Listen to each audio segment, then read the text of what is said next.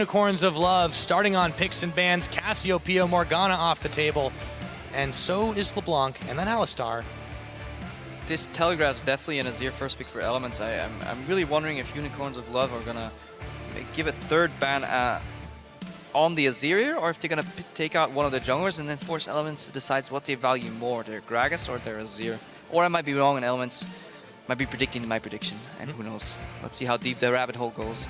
We'll have to see there. Crepo, for now, Thresh is off the board. What does this prompt Unicorns to do? I think if they do ban the Azir, there's a ton of very strong jungle picks up, but we've seen that, yes, they do want to prioritize Froggen getting something that he will be very comfortable, and I think the Azir very, very strong right now with all of our mid laners. It's going to be difficult if they pick it up first. What is that last ban coming through? Kalista indicating that Unicorns says if you pick Azir, we'll go for Urgot. They do the same thing they could have done with the junglers, but instead they do it with the AD carries, however. And then it ruins the chance for Elements to pick Sivir here. That's the one thing. Actually, no, it doesn't, because actually Kalista into Sivir is fine. Never mind. Sivir into Urgot is fine. I lied.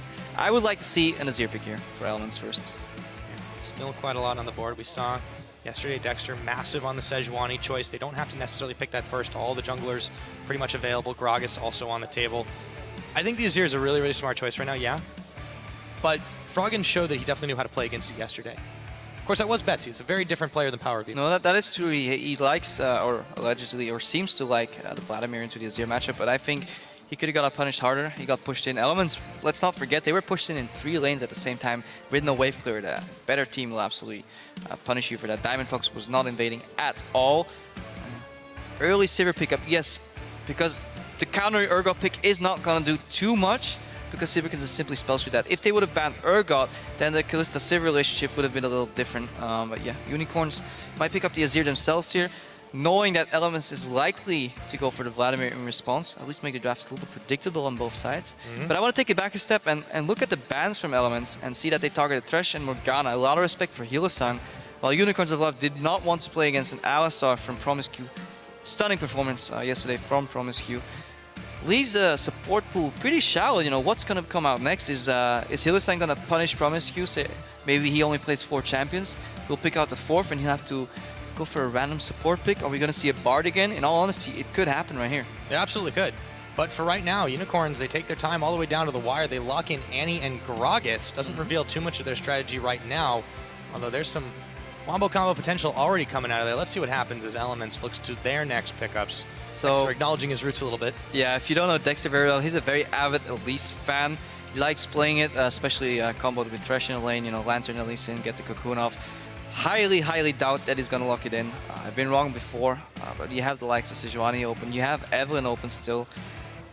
The thing is, what I like about Sivir first pick is that it gives you so many opportunities and possibilities. You can pick Vladimir, rush in, wombo again. You can pick Evelynn, flank, slow him down, speed up your team. Sivir does not need peeling in fights because she has a high mobility. She has a lot of AoE. She doesn't even have to hit the right target. Her bouncing blades will get to that target anyways. Her boomerang blade will get to that target anyways. And yeah, the 4th support pick coming in here for Promiscu on Nautilus. Can lock down Annie. Definitely like that pick. Double tankiness plus Sivir. I really like what Elements is building here. Let's see how they round it out later. Yep, I do like that combo up with the Rek'Sai. They've definitely got some serious mobility and lockdown available to them. Let's see what they go for on the other side. The Unicorns of Love might be expecting that Urgot pickup, and of course, Chachi, you know, he's known for some pretty interesting choices. Maokai would be one of the more vanilla of those. Yeah, and he does take it. You don't really want to give away Maokai at the same time either, because then you're playing against a really, really dirty composition from Elements. A lot of CC, a lot of hard engage coming out of every single champion with a hard-to-catch AD carry. So might not even be a favorable pick. Might just be a steal at the same time. You have to keep that in mind. Urgot locked in very short range. So Unicorns of Love, barring a nice pick from Power of Evil, will lack some siege potential. So they'll have to definitely see if they can fix that, because they're not really telegraphing a nice split push either. They're striding towards a mid-game, 20-30 minute teamfight brawl type of thing. And they're playing, I guess, into or with Element style from yesterday. If that's a repeat, we might see a lot of fights here, Pyra. Well, we might indeed. And Element's certainly looking for some wombo combo of their own. If they take that Orianna, it will be all on the back of Froggen with the shock waves, but not a fan. Yeah, let's see what they do as the timer ticks down. I don't think it's going to be the Tryndamere. Instead, it's a Victor. I like the Victor more. Has a little more forward pressure, has a little more less scaling time needed. If you play Orianna, you sit too far back. Again, Kog'Maw mid, pretty predictable. We know Power of Evil was gonna look for that pick, likely since it plays well in the composition. This time, Unicorns of Love have planned ahead enough picks. This composition works well around Kog'Maw. As we said, no siege potential in those 4 picks, but a lot of fight potential, a lot of peel potential, and they can keep their one-man Kog'Maw army safe. And now it kind of rounds out the comp really nice for Unicorns of Love. Elements, pretty nice combination of champions as well. Rumble in the top lane because in addition to having 2 tanks already, Rek'Sai and Nautilus, you can get some more damage. And an extra engage tool in Rumble. You can slow people down with the equalizer, allowing the Sivir ulti to speed up and basically overwhelm the Unicorns. Exactly. They're just going to want to crash over them like a wave and, well, send them down to the deep. That way Nautilus can deal with them. But for now, Elements, they've got that composition locked in. For Unicorns of Love, well, we will see how the damage split happens this time around. Hopefully for Unicorns, not the same as it happened yesterday, as we see the coaches shaking hands, walking off the stage, looking at... Here we are again. Here we are again, yes. Final game of the 10th game of the European LCS. I'm excited. I like both drafts. I like both drafts. I want to see what lanes they turn out. I think lane swap not too likely to happen. I like that Sivir can spell shield a lot of the things that Urgot Annie can throw at Sivir. At the same time, she can get caught off guard by a stun. Yeah, definitely interesting. Very interesting possibilities. They are quite interesting. And this game is sure to be a slugfest. And why don't you guys keep on letting us know what you think. LOL Esports is the place to be. Hashtag EL win or UOL win. And we are on to the rift for the final game of week 1 of the European LCS Summer Split. Elements versus the Unicorns of Love. And I love that the crowd is still hyphy here at the 5th game of the day. They're ready for a bloodbath area. I think these teams are ready for a bloodbath too. And these two hit each other. They will hit hard. Welcome to Summoner's Rift. You can see it. Starting off, we have the makings of line of scrimmage. Will it get any different? I think the crowd is chanting for Steve. Guys, he's gone. He's already played today. We'll see him next week. We'll see him next week yet again. So, standard line of scrimmage, as you just said. Let's see whether JWoww can start a forest fire on the top lane or Fizichachi is strong enough to survive that. Tabs and Promiscue here. Yeah, they want the Warden. They want to have an eye on what's going on in this side. Yeah, Bardex though is still able to harass him a little bit, but he can't stop the ward from going down. So yeah, you see the ward placed on the left side by Promiscue allows them to group up on the other side, get 2 men in and force the Unicorns back and get a deep ward. This gives some knowledge whether the Unicorns bot lane is actually in a bot lane, whether they're starting the Grump or not. Let's see how this plays out. So far it looks like we are headed for those standard lanes. No shenanigans from either of these teams. Healy and Vardags head themselves down in through the brush. Very deep. Elements notices. General rule of thumb, when you play with a melee and a range support against double ranged, you want to do a camp so you can use the relic stacks to your advantage, hit the level 2 spike quicker.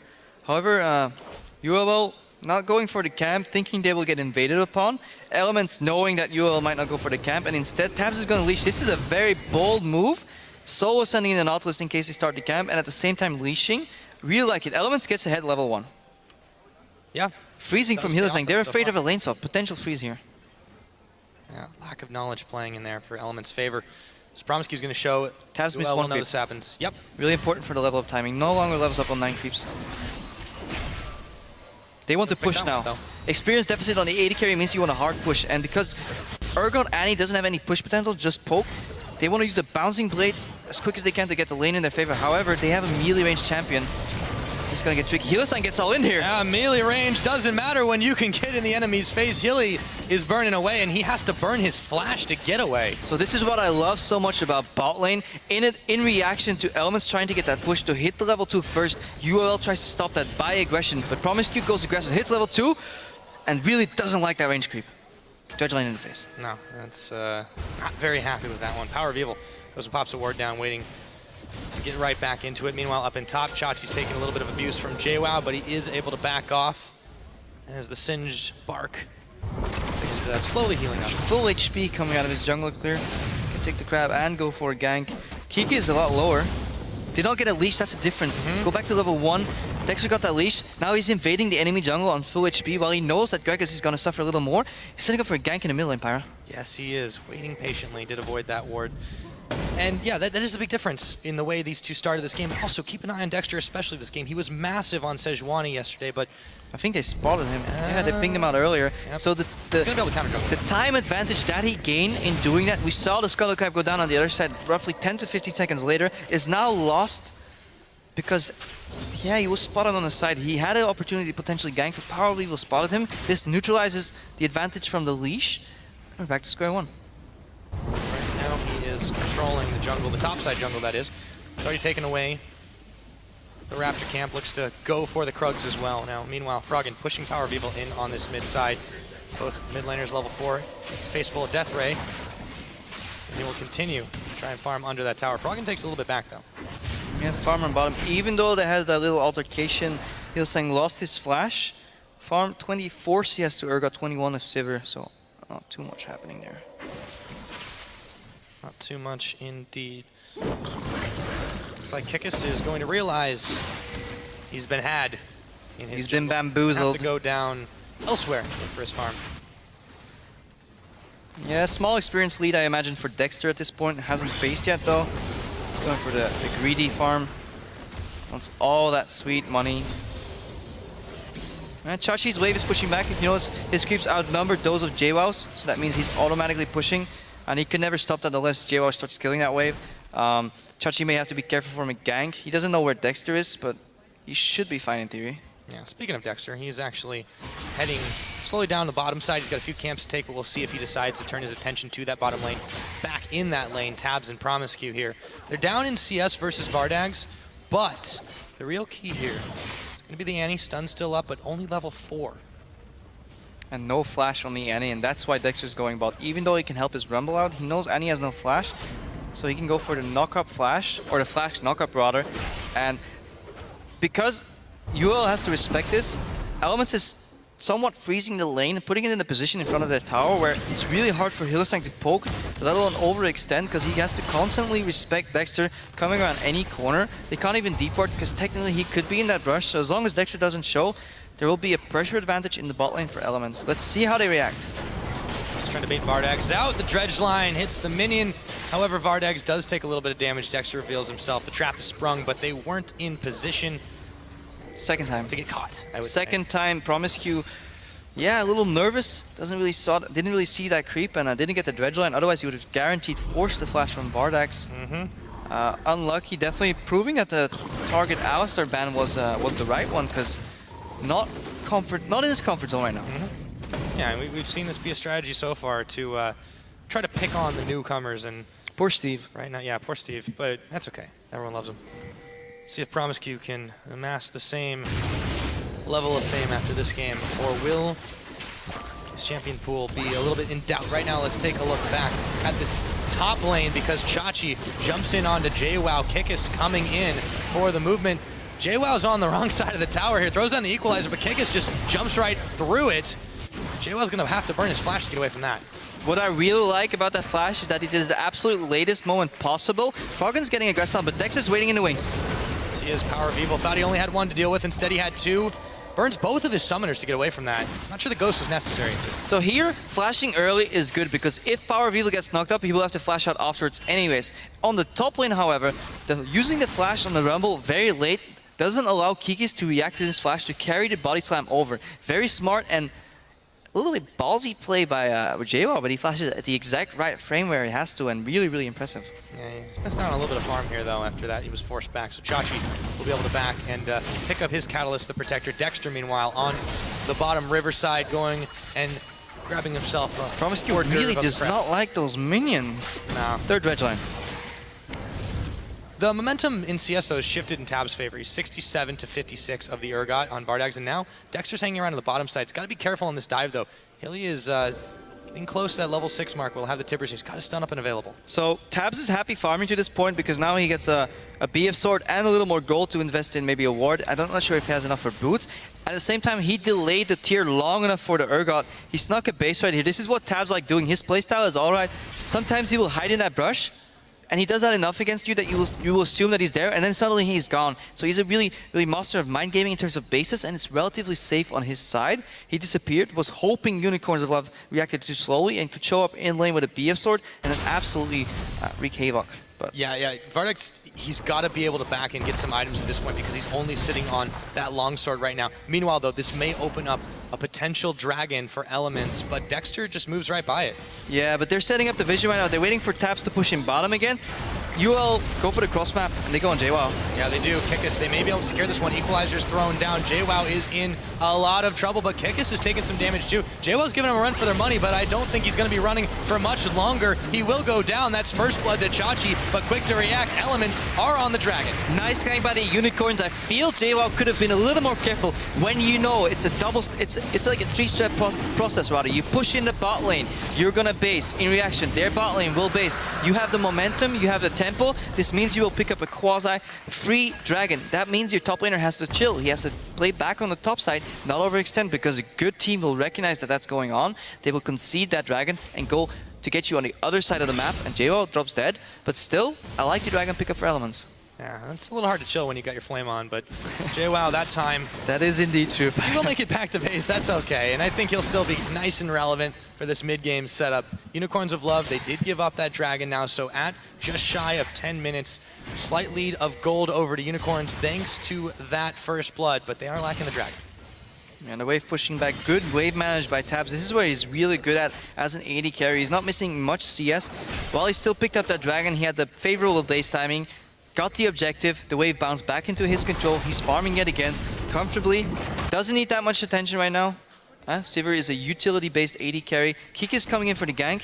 I wonder if Elements spotted that pink ward, because that usually telegraphs that the gank is coming. Let's see how this plays out. Well, they're certainly playing far back here. Tab should have no trouble clearing this wave under tower. Sends out some bouncing blades to make it so, and Kikis just shows face. They're going to utilize this number advantage to just get some pressure on the tower. Broskew, this time it was close. No minions to block his path. Froggen picks up blue buff. That means they should know where Dexter is right now. So there's a lot of hidden information in League of Legends. When those mid laners around this time of the game rather move to the left side or the right side to pick up their blue buff, they come back without losing any HP. You can bet your money on it that they just got help from the jungle. So they should know where these junglers are at this point in the game based on the mid laners' movements. Because of that, tell what they are planning to do next. Crab Vision going to be cleared by the Unicorns here, but it will be a while before that dragon becomes tenable for them. Meanwhile, all the towers still standing this game, extended lane phase. This is typically how Elements in the past is like to play with this new lineup. So far, the trend holds. Yeah, Vardek's not afraid to start poking 1v2 because he knows there's a pink ward behind him. Elements has no idea where Hylissang is, so they'll assume the worst. They'll assume that he's in the lane. He could disappear at any given time and maybe get Froggen down in the mid lane. This is indeed surprisingly stealthy for a fat man. Kikis did in fact base. He's going up towards the middle, but meanwhile Tabs and Promiscu are playing incredibly safe on this one. Farm's been very, very even between these two AD carries. They have to. It's bounced a little bit, but yeah, nothing seriously significant. And I feel like fairly even amounts of time has been invested in this bot lane by the jungle, but it's been a while since Dexter showed there. And now he's down again, but he's starting to back. Yeah, Elements showing a pretty distinctive style here. Bot lane focused in their ganks, even though they have the utility AD carry in Sivir. JWoww is playing on an island, reminiscent of what the critique was that Wicked got a lot in Elements, that he was playing alone and his team wasn't really helping him too much. They seem to play slow, not give away any kills, and they really want to spike in that mid to late game. 30 CS lead, as you pointed out here, 4 Visicharge in the top lane. JWoww got 2 ganks on him, had to burn his teleport. Arguably could have survived the second gank if he played back a little more. Let's see if teams start exploiting that more in the future. Yeah, I'm wondering how that differential between the two top laners is going to affect these teams trying to go for a fight, but right now they're more interested in trying to get catches. Kikis, though, a little too quick on the draw for them. He dashes himself out of danger. So we had that fancy 0 to 15 minute stat where we were constantly saying how bloodbathy the Unicorns of Love were. There's 2 minutes left to get about 5 or 6, 7 kills to average that stat. So Unicorns turn on the fire. Thus we are seeing a distinctly different style. Speaking of fire, JWoww could be burning up in just a minute. In comes Chachi, gets the jump on him, has the level advantage, and JWoww's got to run away from that. Yeah, Unicorns, I feel like they've been cowed a little bit by this new element style. Yeah, but at the same time, they're comfortable in their position where they're in right now because they have a hyper-scaling component in the mid lane. If they didn't have that, they would have been in trouble, but Kog'Maw scales so well, and we saw yesterday how hard Power of Evil can carry with that champion. Yeah, and he's getting pretty darn close there to his Luden Echo, so that's going to start to sting quite a lot. Froggen so far has kept a slim lead in CS on him, but there really hasn't been that much going on in the mid lane since the earlier attempt by Dexter. Power of Evil, though, he's really been fantastic at making sure he keeps the vision around his lane safe. Yeah, definitely a little more pressure on the side of UL on top of Elements. Nothing really gonna happen. Healerstein picked up Distortion Boots already, so he definitely wants to do the staple, the bread and butter of an Annie support, which is flash Tibbers. Wait, burn the enemy's flash at the worst, and then get your flash up sooner so you can flash Tibbers again. Dexter hovering around bot lane again. This is definitely a pattern. Dexter's spent the majority of his time yesterday on bottom, which I think was the right call. Today, I think he should have spent more time top to at least get JWoww rolling a little bit more. Sivir, Nautilus should be able to hold their own. They should, certainly. But now, with under a minute till the next dragon spawns, that instantly becomes a priority for both these teams. Blue buff was pinged away by Dexter, but Power of Evil in the area. Kickus as well. They could attempt to go over and steal, but it's a little bit too risky. You wouldn't want to spend all that with so many Unicorn members there. And here we are, 30 seconds on this next Drake. Vardex is trying to base right now. They're not going to cancel, even though they spotted it out. And Power of Evil basing too. If Froggen kept track of the gold that's on Power of Evil, they might be able to rush this dragon. However, picking a blue buff is necessary for AP Kog'Maw, else he's just simply going to run out of mana. Now he can continuously poke.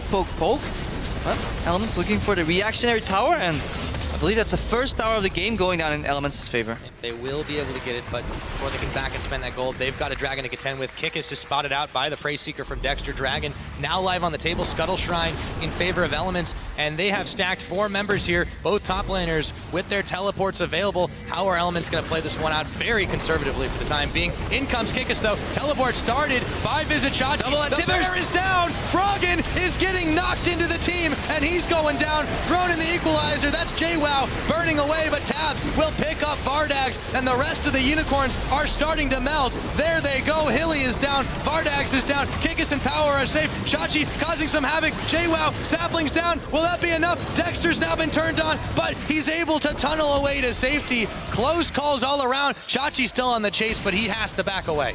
Absolutely massive engage there by Healerstein, followed up by Kikis, knocks Froggen into his team. Luckily for Elements, Froggen got his damage off, and that made that fight closer than it could have been. This could have been an absolutely wash for the Unicorns.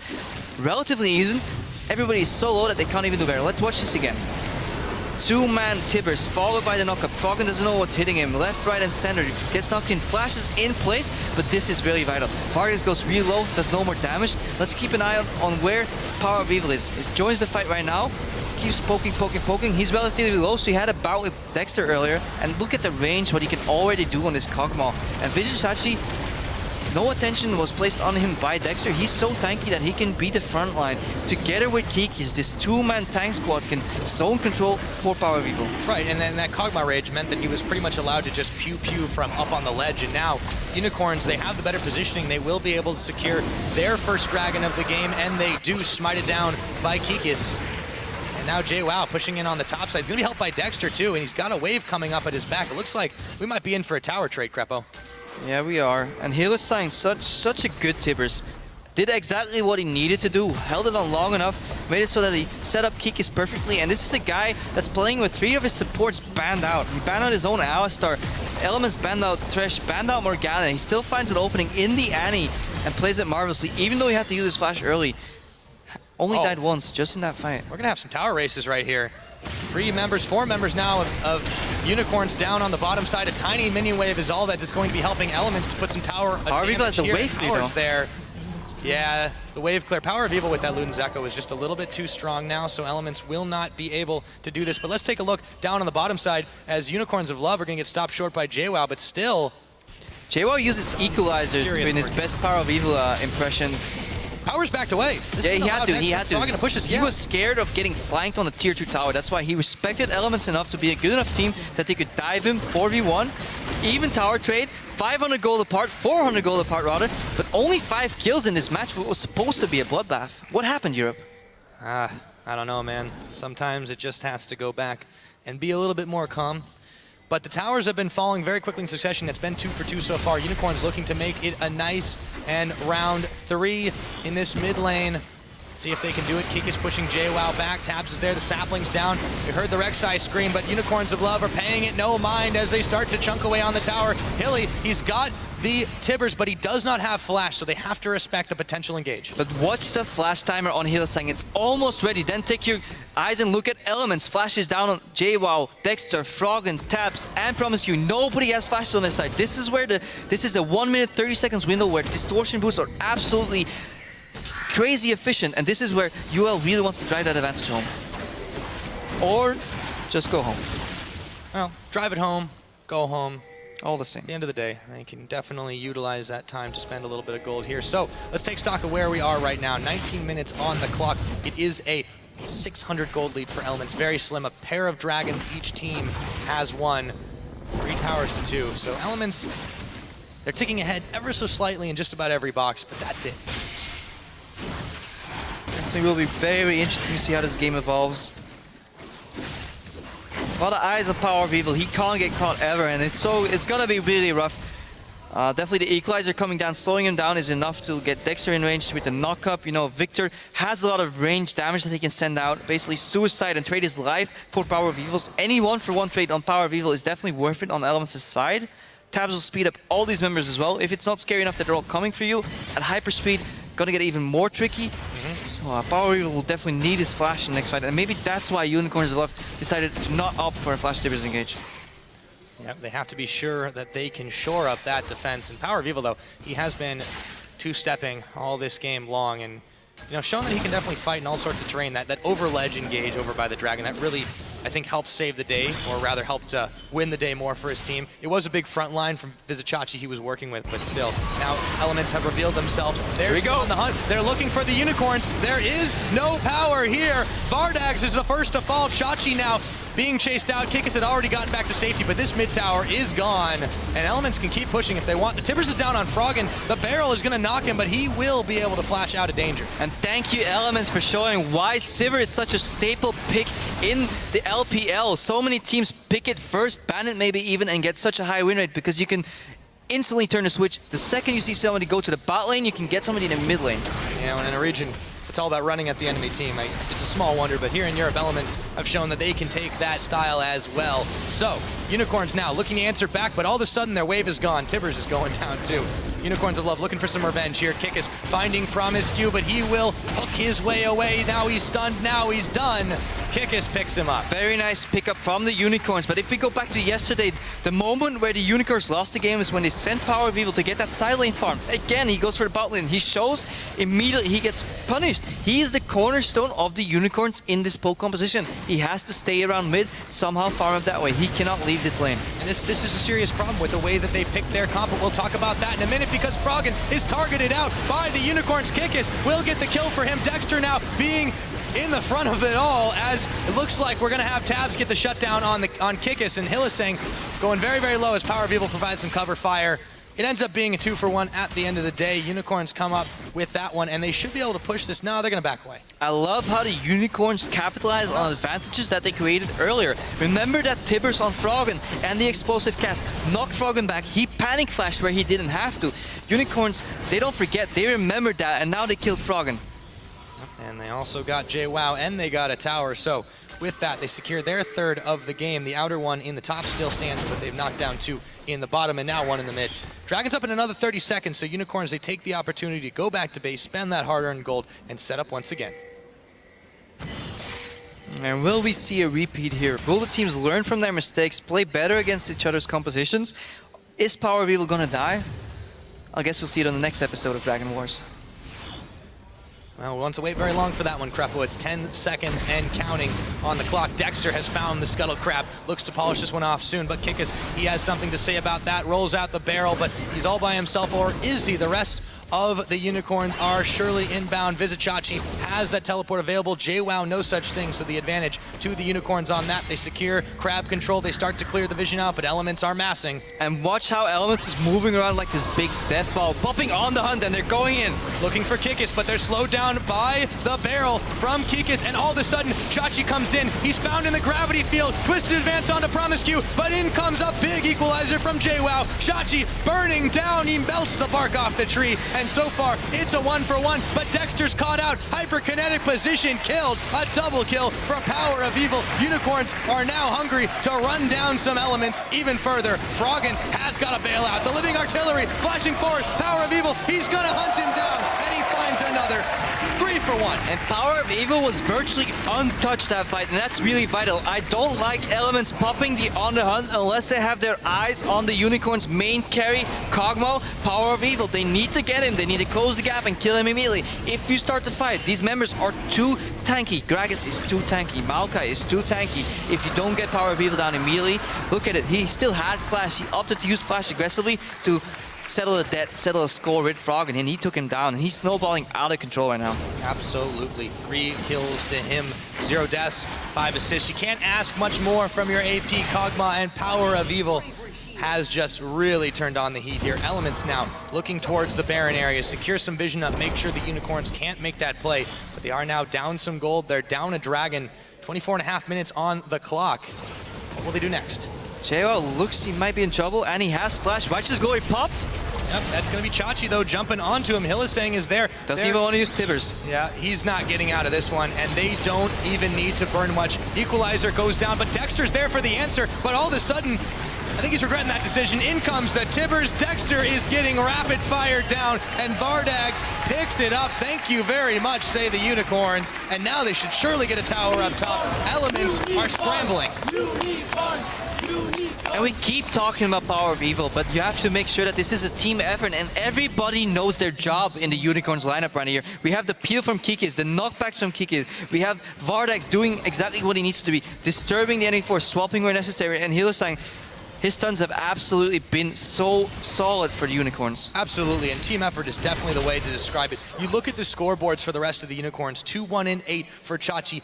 He's got participation in 10 out of 11 kills, 1-1-7 for Hylissang. Honestly, Vardags has been the lowest, but he's been wandering around, and now we've got actually a race on our hands. They're targeting, though, Power of Evil. Froggen goes in, flashes Chaos Storm, looks for everything, but Power is still able to walk away. Because he had Ghost. Unicorns are on the base. And this is why Power of Evil runs Ghost and Flash.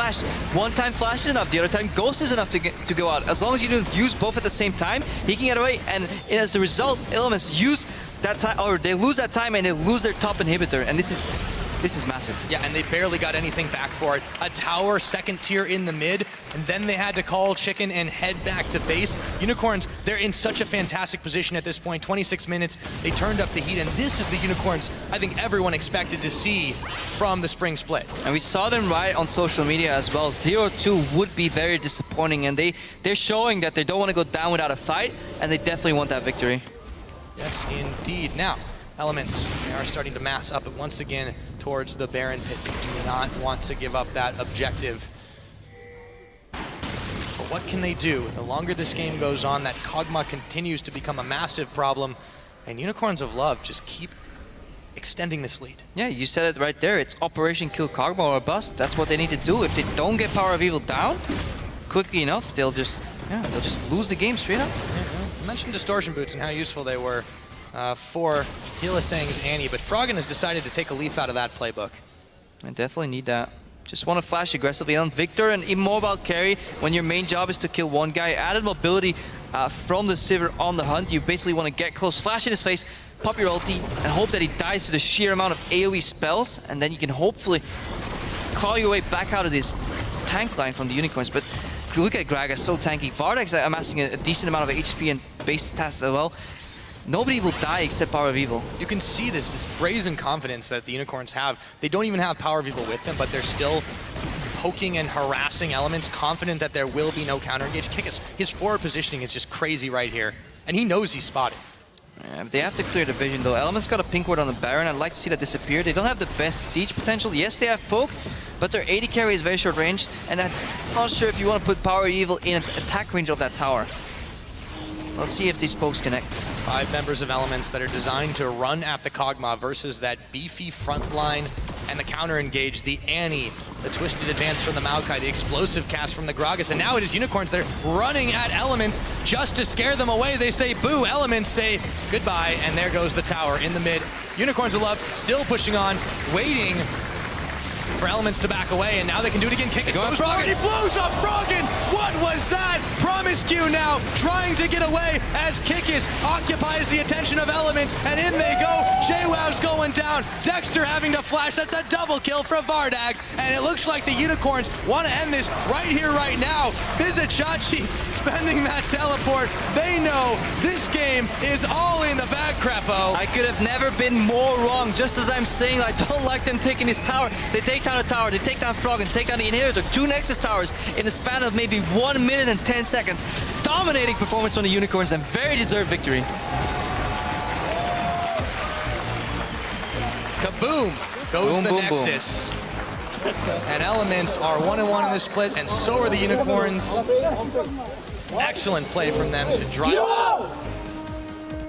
And this is what we said, right? Unpredictable, 50-50, and week 1 proves it. Very meek performance yesterday from the Unicorns, but fantastic play today. We said all in the spring. They were consistently inconsistent. And hey, here we are again. Yeah, but that's an easy excuse to say. Whenever they win or lose. Yeah, they're inconsistent, you know. Who could predict that? Come up with some new words, Crepo. Yeah, let's look at Elements, though. They're